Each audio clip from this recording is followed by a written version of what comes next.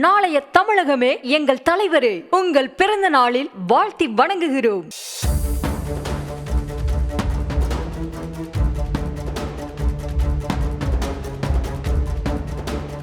சென்னை தரமணியில் குடிநீரோடு கழிவுநீர் கலந்து வருவதால் பல்வேறு நோய் தொற்றுகளுக்கு ஆளாவதாக அங்கு வசிக்கும் மக்கள் குற்றம் சாட்டியிருக்கின்றனர்.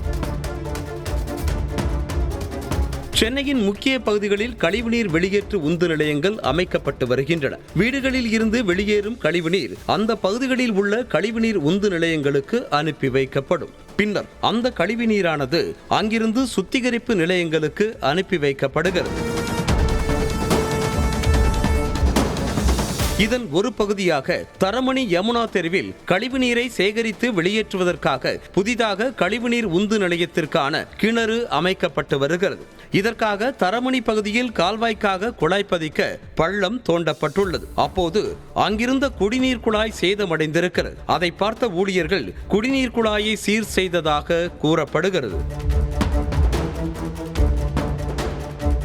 ஆனால் சேதமடைந்த குடிநீர் குழாயை சரியாக சீரமைக்காததால் குடிநீரோடு கழிவுநீரும் கலந்து வருவதாக குற்றம் சாட்டுகிறார் சரவணன். லாஸ்ட் 1 வீக்குக்கு மேலே சுத்தமாக தண்ணியே வரல. மெட்ரோ வாட்டர் ஃபுல்லாகவுமே இந்த கண்டிஷனில் தான் தண்ணி வருது. இதை விட இன்னும் மோசமாகவும் வந்துட்டுருக்கு. இது நாங்களும் டெய்லி வர ஏஇக்கிட்டையும் இங்கே ஒர்க் பண்ணுற எம்ப்ளாயிஸ்கிட்டையும் சொல்கிறோம். அவங்க டெம்பரரியாக 1 ஹவர் 2 ஹவருக்கு பள்ளம் நோண்டி அதில் இருக்கிற அந்த கழிவு தண்ணி எடுத்து வெளியே விட்டுறாங்க. அந்த டைமில் உள்ளே போய் பம்ப் அடித்து பார்த்தோம்னா நல்லா வருது, நாங்கள் சரி பண்ணிட்டோம், நல்லா வந்துச்சுன்னு பள்ளத்தை மூடிடுறாங்க. இதெல்லாத்த விட இங்கே பண்ணுற வேலைக்கு இவங்க யூஸ் பண்ணுற நீர் மோட்டரை வச்சு காவா தண்ணி சீவேஜ் வாட்டரை எடுத்து பக்கத்தில் இருக்கிற ஏரியில் விட்றாங்க, எதிர இருக்கிற நீர்நிலையில் விட்றாங்க. ஃபுல்லாக எல்லாத்தையுமே எடுத்து அங்கே தான் கலக்கிறாங்க. இப்போ கேட்டால் அதில் இருக்கிற தண்ணி ஊறி வருதுன்றாங்க. அப்போ இவங்க எடுத்து வர தண்ணியை தானே சேர்ந்து ஊறி வரும். தங்கள் பகுதியில் குடி தண்ணீருக்கான வேறு ஆதாரம் எதுவும் இல்லாத நிலையில் பைப்லைனில் வரும் குடிநீரில் கழிவுநீர் கலந்து வருவதால் துர்நாற்றம் வீசுவதோடு குழந்தைகள் பாதிக்கப்படுவதாக கூறுகிறார் நூர் நிஷா. இது நோண்டுறதுக்கு முன்னாடி 15 நாளைக்கு முன்னாடி தான் தண்ணியை சரி பண்ணி நாங்களும் எவ்வளோ போராட்டம் போய் ஏகிட்டெல்லாம் சொல்லி தான் அதுக்கப்புறம் 15 நாளைக்கு அப்புறம் தண்ணி சரியாச்சு. இப்போ இந்த பம்பிங் பைப்பு போட ஆரம்பித்தாங்க 1 வாரமாக. இப்போ ஒரு செம சாக்கடை. இப்போ அப்பப்போ எல்லாருக்கும் உடம்பு சரியில்லாமல் ஆகுது. வீட்டில் தண்ணி பிடிச்சி வச்சா அதில் பூச்சி வருது, அது வருதுன்னு ஃபைனை போடுறேன் அப்படின்னு சொல்கிறாங்க. இப்போ இந்த இவ்வளோ பூச்சி வருது, அங்கேருந்து அவ்வளோ சாக்கடை தண்ணி இருக்குது. இப்போ குழந்தைங்களாம் சின்ன சின்ன பசங்களாக இருக்குங்க இந்த தெருவில். இப்போ மட்டும் கார்ப்பரேஷன் எதுவுமே இது பண்ண பார்க்குறாங்க, நோண்டுறாங்க, முடிச்சுட்டு போயிட்டே இருக்கிறாங்க. இப்போ எங்களுக்கு என்ன வழி இதுக்கு? எப்போ பாரு இந்த தெரு மட்டும்தான். 2 வருஷமாக அப்படி தான் இருக்குது இந்த தெருவில் தண்ணி. போன மாதம் கவுன்சிலர் ஆஃபீஸ்க்கு போயிட்டு எல்லாருமே இந்த தெருவில் இருக்கவங்களாம் எல்லாருமே போய் பேசினோம்.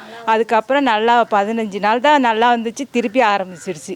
இது மட்டுமில்லாமல் யமுனா தெரு பகுதியில் ஒவ்வொரு முறையும் கழிவுநீர் கால்வாய் பணிகளை மேற்கொள்ளும் போதெல்லாம் குடிநீர் குழாய் சேதமடைவதோடு கழிவுநீர் கள்ளுக்குட்டை ஏரியில் கலந்து விடப்படுவதாக கூறும் அப்பகுதி மக்கள் வீட்டில் தண்ணீர் தேங்கியிருந்தால் மாநகராட்சி அதிகாரிகள் வந்து அபராதம் விதிக்கின்றனர்.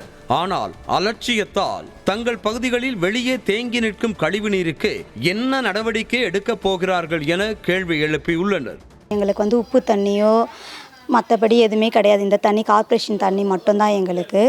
இந்த மாதிரி எங்களுக்கு ரொம்ப கஷ்டமாக இருக்குது தண்ணி இல்லாமல். நாங்கள் இது பண்ணிகிட்டே இருக்கோம். மேடம்கிட்ட பேசினா நேற்று சரி பண்ணிவிட்டு நல்லா ஆகிடும்ன்றாங்க. இப்படியே இது பண்ணிட்டாங்க. எனக்கு ஒரு 10 நாளுக்கு மேலே நாங்கள் ரொம்ப கஷ்டப்பட்டுகிட்டே இருக்கோம். ஜுரம் வருது, தலைவலி, இது சுவாசிக்க முடியல. மற்ற எந்த ஒரு வாசனை பண்ணாலும் எந்த இது பண்ணாலும் சுவாசனை அந்த கெட்ட நீர் வாசனை தான் வந்துகிட்டே இருக்குது எங்களுக்கு. அந்த டேங்க்லேருந்து எங்களால் தண்ணி தூக்கிட்டு வரவே முடியல. ரொம்ப கஷ்டமாக இருக்குது. ஏன்னா சின்ன வயசில் நாங்கள் தூக்கிட்டு வந்தோம். இப்போ வயசாகிடுச்சு, தூக்கிட்டு வர முடியல. இந்த தண்ணி தான் எங்களுக்கு எல்லாத்துக்குமே. இது எங்களுக்கு ரெடி பண்ணி தர சொல்லி நாங்கள் கேட்குறோம். அவ்வளோ. இந்த சூழலில் கழிவுநீர் கலந்த குடிநீர் வருவது குறித்து பேசிய மெட்ரோ குடிநீர் வாரிய அதிகாரிகள் சேதமடைந்த குடிநீர் குழாயை சரி செய்யும் பணிகள் நடைபெற்று வருவதாகவும் விரைந்து பணிகளை முடிக்க ஊழியர்களுக்கு அறிவுறுத்தப்பட்டிருப்பதாகவும் தெரிவித்திருக்கிறார்கள். அதாவது ஏற்கனவே அந்த புது பைப்பு ஒன்று அந்த கழிவு நீரை பம்ப் பண்ணி எடுத்துறதுக்காக புது ஒரு சிஸ்டம் ஒன்று பண்ணிக்கிட்டு இருக்காங்க. கிட்டத்தட்ட 1 வருஷமாக நடந்துக்கிட்டு இருக்கு.